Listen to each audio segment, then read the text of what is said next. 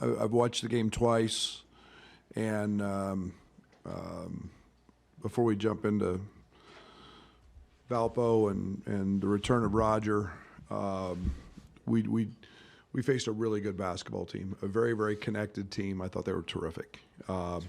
Marquette's, I think, what we're hoping to be in terms of just the connectivity, especially on the defensive side. I thought we did some really good things defensively.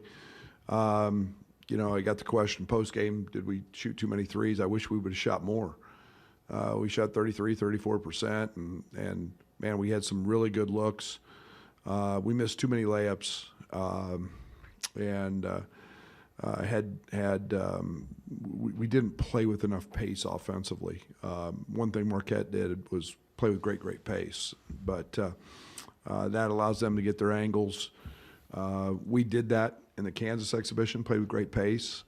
We got to get back to that. So this is a sequence of games where we try to set something like this almost every year if we're not in a day-to-day MTE, NCAA tournament-like. You know, we've got a very quick turn on Friday and then Sunday. And, you know, it challenges your guys mentally to have to focus and switch scouting report. Rogers, you know, bringing in his first year, doing a terrific job from the film that I've gathered. You know, there's definitely very much of a Gonzaga influence in what he's doing. They're playing extremely fast. They're really pushing it in transition. A lot of the open concepts they played with at Gonzaga, they have in play here. We'll see a lot of zooms, a lot of dribble handoffs. You know, that team will continue to get better as the season goes because they're doing a lot of the right things and they're playing really hard. So it's always, I think, special to see a former player come back home. I think it's unique. One that was as good as Roger and has had as much impact on this program. And then it's as a coach, it's also a guy who's been very well respected in the coaching profession that is now getting his opportunity. And you know, he's in year one and going through all the things that happen with that. But he's got a nice team. They're very athletic, and we're going to have to play well to bounce back from Marquette and work on some of the things that we need to get better at, and they'll provide a stiff challenge. I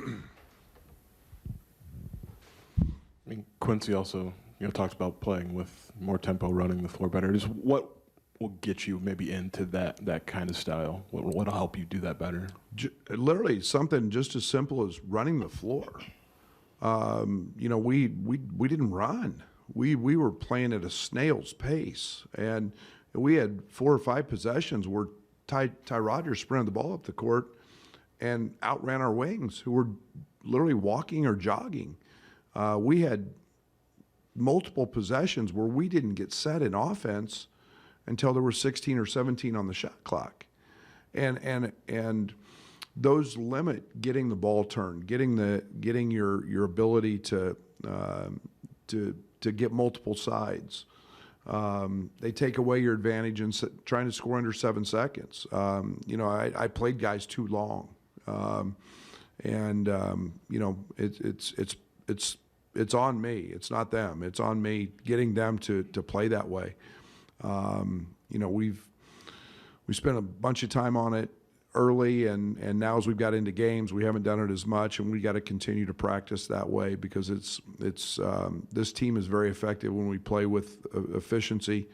I thought I thought Amani was special because he rim ran. He put great pressure on the rim that forces a defender there. We had a 1.54 OER when he was in the game, which was elite. And it's little things like that. So we've got to get back to playing with pace and just Simple things. Running the floor and sprinting the ball up the court will help. Coach, were you a big fan of that 04, 05 team and how they played? Yeah, absolutely. That team was connected. That team was that was an old team. It was a veteran team. It's a team that had been together. They knew what each other had for breakfast. They knew what kind of toothpaste they used. I mean, that was a team that knew each other extremely well. And when you get that, and again, that's how I started this thing off today with Marquette. That was them. That's everybody who played in the game against us against Marquette played 2 years ago. And there's a uniqueness to that in today's world. And but I also know we're not very far off. We should have won that game, and we had some unfortunate turnovers, and we were right there. And we just got to keep growing and doing what we're doing. And I love our team ceiling because we're not even close to it yet. Justin Harmon's got off to a bit of a slow start. What are you seeing with him, and what do you need from him?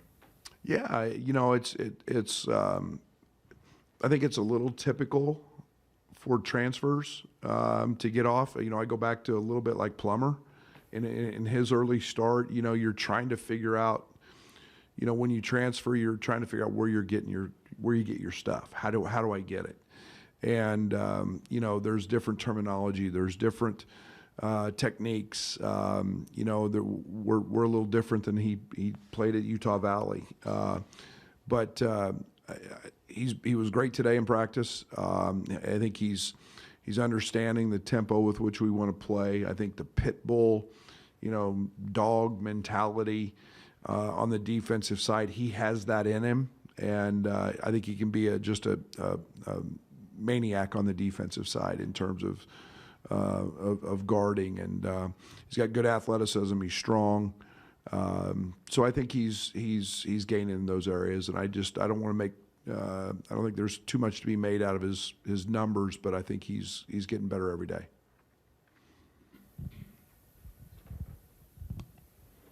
I guess just with that connectivity piece, I mean, what gets your team there? I mean, is it just a matter of playing more? Yeah, simple. Just playing. Just continuing to play. This group is really connected, both on the court and off the court. It's just it's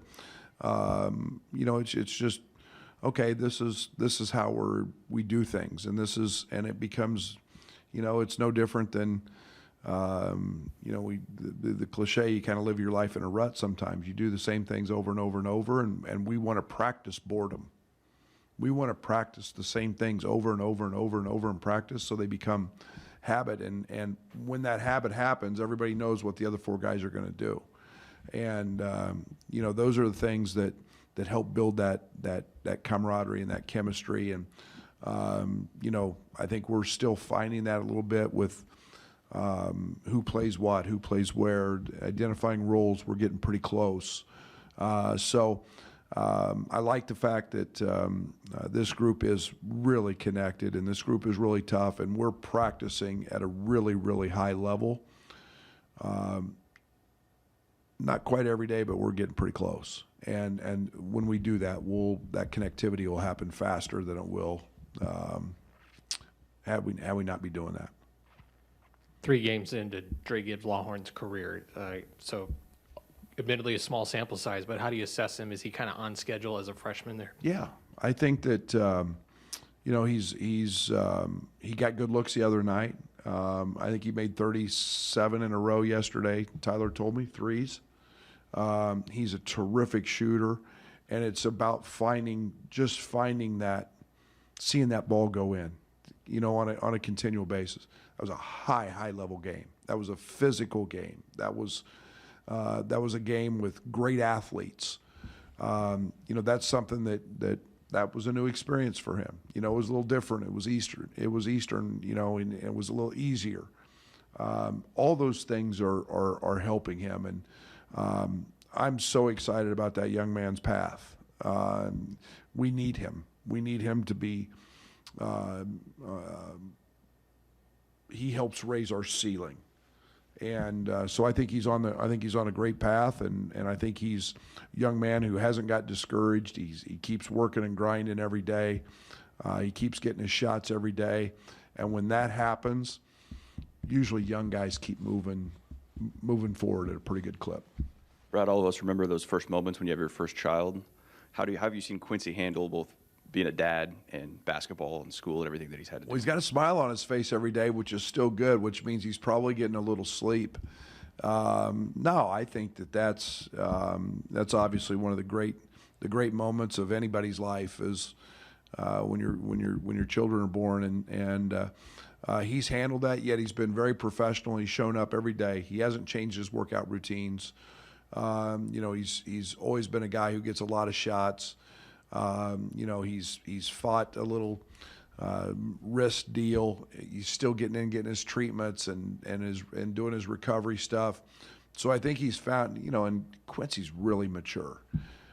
So I think he's found a way. He understands how to manage time, and I think he's done that at a really high clip. And I told him, I said, you've got to take advantage. We put our guys in a hotel the night before, and maybe that's a night you need to make sure you utilize that. And if you need to get there an hour early and go to bed earlier, if you're up all night, you need to do that. So he's been very mature about how he handles that. Have the dads on staff had any tips for him? No, I think maybe the wives have, but he's probably much better off getting them from the wives than he is the dads, knowing that we're in the coaching world and we're most of our wives were single parents for a lot of years anyway. So, but it's awesome. I'm really happy for him, and he's obviously a very proud dad as he's flashing the pictures around every day. Thank you.